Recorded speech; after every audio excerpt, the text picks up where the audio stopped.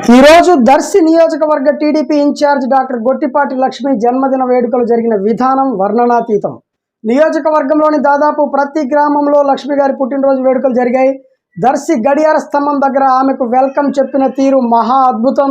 ఇంతవరకు దర్శి నియోజకవర్గంలో ఏ టీడీపీ నేతకు లేనటువంటి గౌరవం, ఏ టీడీపీ నేతకు లేనటువంటి అభిమానం, ఏ టీడీపీ నేతకు దక్కని ఆదరణ డాక్టర్ గొట్టిపాటి లక్ష్మి కైవసం చేసుకున్నారు.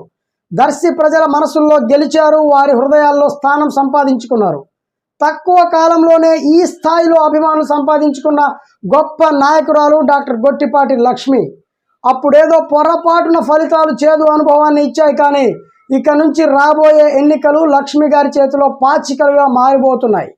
ఒక లీడర్ మీద ఉండే నమ్మకం తారా స్థాయికి చేరితే ఎలా ఉంటుందో ఈరోజు లక్ష్మి గారి పుట్టినరోజు వేడుకలకు వచ్చినటువంటి జనం, వారు చూపించే అభిమానం, ఆదరణ, ప్రేమానురాగాలు చూస్తే అర్థమవుతోంది.